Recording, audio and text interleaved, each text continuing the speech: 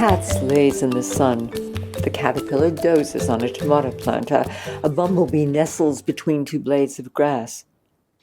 Yet we humans seem to be continually on the run. It's as though we've become programmed by the media and advertising and personal growth gurus to do it better and faster, to be more efficient, to keep going no matter what. I think we've lost the art of stillness.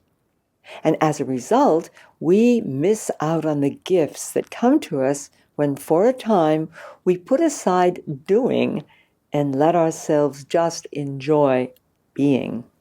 What goes up must come down. It would be great if these words were engraved on the brain of those of us who live busy lives. When stress gets out of hand, it wears you down and it creates deep fatigue. And when stress is prolonged, it can make you feel overwhelmed and undermine your peace of mind and even your health. And when you learn how to balance it with relaxation, what was once stressful can feel like the spice of life, even fun when your life makes heavy demands on you. You know you're able to meet them and enjoy the process. You and I, and every other human thing, have two fundamental modes, solar and lunar. Physiologically, the solar, that is the stressed mode, is a dynamic outpouring of energy and spirit. Oriental cultures call this mode the yang rhythm. When it's in control, you feel excited, you love the thrill of a challenge, and you become determined to make things happen. Lunar mode, your yin rhythm, is its exact opposite. When lunar energy predominates, you move into deep relaxation, which restores and rebalances your body and mind. Instead of an outpouring of spirit and energy, you become deeply receptive, literally able to draw energy, strength, and bliss into your body and your life, as a cat does lying in front of a winter fire. Few of us are taught how to ease back and forth between dynamic and receptive, and vice versa. As a result, our bodies are seldom at peace. Our minds are always busy. We can't let go of those endless internal monologues. Continually mulling over past and future, we miss out on the joy of moment-to-moment awareness. We eat food, but we don't really taste it. We make love. Then we wonder why it's not always as satisfying as we know it could be. We've forgotten how to live in the moment from the core of our being and just let life flow through us instead of attempting to manage it. In short, we've lost connection with the two rhythms on which lasting health, vitality, and joy depend. So, let's now look at the simplest and most efficient way I have ever found of reconnecting with both. It's a technique called Zazen. A powerful tool for reestablishing life-giving balance, Zazen is a simple yet almost infinitely transformative practice. I've taught this simple practice to thousands of people by now who continue to sing its praises. Practice for 10 or 15 minutes a day. It silences your endless internal chatter, releases anxiety, and stops the kind of tail chasing like an obsessive dog that gets all of us nowhere. It gently trains your body and mind to move at will from the dynamic, solar, stress state into the deeply receptive, restorative lunar one. And this helps us become fully present in the eternal now. Like a child, a sage, an artist, a lover. Zazen is all about a new way of breathing. The word spirit means breath, that is, life force. In Japanese, they call it ki, and in Chinese, it's called qi, and in English, we refer to it as energy or power. You see, it's the electrical energy that fuels the living matrix of your body. Practice Zazen, and you learn how closely your breath is connected with the kind of thoughts you have and the emotions that you feel. As you develop awareness of your breath entering and leaving your body and of all the sensations that this brings, you come to touch the still point of your being. You start by sitting in a comfortable but straight back posture and silently counting your breath. Inhale, 1. Exhale, 2, and so on up to 10. Then you begin again back at 1. Now, the point of the counting has absolutely nothing to do with trying to get to 10. This is just a simple tool. If you lose count and your mind begins to wander, you just notice this. Bless your thoughts, whatever they happen to be, then let them go and gently return your concentration to the breath and start again at 1. Each time you choose consciously to let a thought go and bring yourself back to your breathing, you increase your ability to place your mind where you want it to be.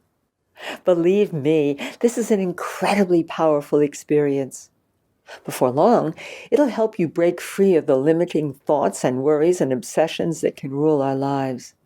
Your sense of connection with your innate being grows strong, as does your capacity to experience bliss, pleasure, and to know that you have the right to be who you are without ever having to conform to other people's imperatives. Your spiritual power grows, as do your intuitive skills. Creativity, which is closely bound to intuition, blossoms.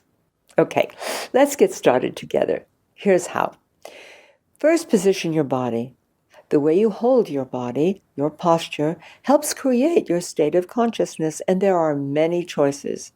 You can sit tailor fashion on a floor, using a small firm pillow or a zafu, which raises your bottom slightly off the floor. Sit on the front third of your zafu, tipping your body slightly forward. This creates the strongest feelings of stability. You can also sit in a chair. And when sitting in a chair, it's also important to use a cushion so that you can sit on the front third of the cushion and keep your back away from its back. Make sure always that your feet are flat on the floor. However you choose to sit, your back needs to be straight. Imagine that your head is pressing against the ceiling. Now allow your muscles to soften so that the natural curve of your back appears and the abdomen pushes slightly forward so your diaphragm moves freely, rising and falling with each breath. Now position your hands. You place your hands in what is known as a cosmic mudra, where your active hand, right hand if you're right-handed and left if you're left-handed, lies palm up in your lap. Then nestle the other hand gently into the palm of the active hand so that the knuckles overlap and your thumb tips just touch, forming a kind of oval. Now this connects your body's right and left energy fields. It acts as a symbol for the unity of the breath, your life, and the universe. This also helps you to turn inwards away from the confusion and chaos of our daily lives. Next, grow quiet. Allow your body to settle into a comfortable posture. Your back is erect but never stiff. Your chin is tucked in slightly, and the tip of your tongue rests easily against the roof of your mouth, just behind your upper teeth. Breathe through your nose. Lower your eyes so that you're looking at the ground 2 or 3 feet in front of you.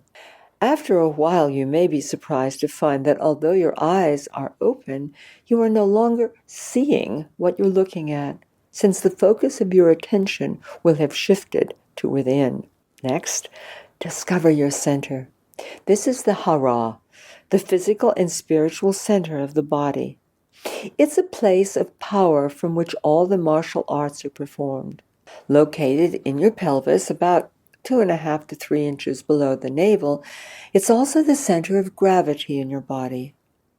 Allowing your focus of intention to rest at the hara creates a sense of balance for body and mind. As you breathe in, imagine your breath going down to the hara and returning from the hara. Of course, on a physical level, the breath is really filling the lungs, but you need to just imagine this, which helps you with the breathing. Now breathe easy. Pay attention to your breath without trying to change anything.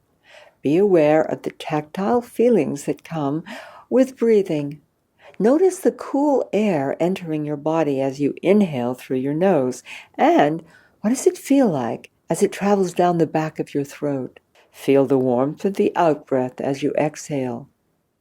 When you stay in touch with this tactile sensation of breathing, you are less likely to be distracted by thoughts. Now silently count the ins and outs. Inhalation is 1. Exhalation is 2. Inhalation is 3, and so on until you get to 10. Then start all over again. The simple agreement you make with yourself is only that when the mind begins to distract you, you notice this and consciously choose to let go and go back to watching the breath and begin counting again from 1. Zazen is as simple as this. Practicing it for 15 minutes once or twice a day, preferably at the beginning of the day and the end of the day, you begin to touch the still point within you again and again. In that process, you build up what's known as joriki, the power of focus and concentration, so that in time, instead of becoming caught up in the endless mental machinations that draw us away from living our lives fully, whatever we're doing, you become able to choose consciously to let go and turn your mind towards whatever you choose. The connection with your innate being strengthens so that your inner world and your day-to-day life gradually come together in a wonderful harmony. The more you practice, the easier it becomes. So, at will, you're able to move in and out of highly stressful situations that at one time would have made you frantic. In essence, the mind is meant to be like the still waters of a lake at dawn. But when the rains fall or the winds blow, its natural glass-like surface, which is meant to reflect sun and moon, becomes disturbed with eddies and waves which distort your perception of your feelings, your body, and the world around you. As you practice Zazen, your mind returns to its mirror-like state. Then, it's able to reflect the world around you without becoming obstructed or distorted by anything in it. You learn firsthand that you do not have to hold on to anything to create the life you long for. You become truly free. This experience of freedom becomes contagious, a blessing not only for ourselves but for others as well. Marianne Williamson describes it well. She says, quote, "As we are liberated from our own fear, our presence automatically liberates others." End of quote. Trying to understand or rationalize the practice of Zazen is a waste of time. Why? Because like every genuinely transformative practice, it can never be fully understood. Zazen can only be lived.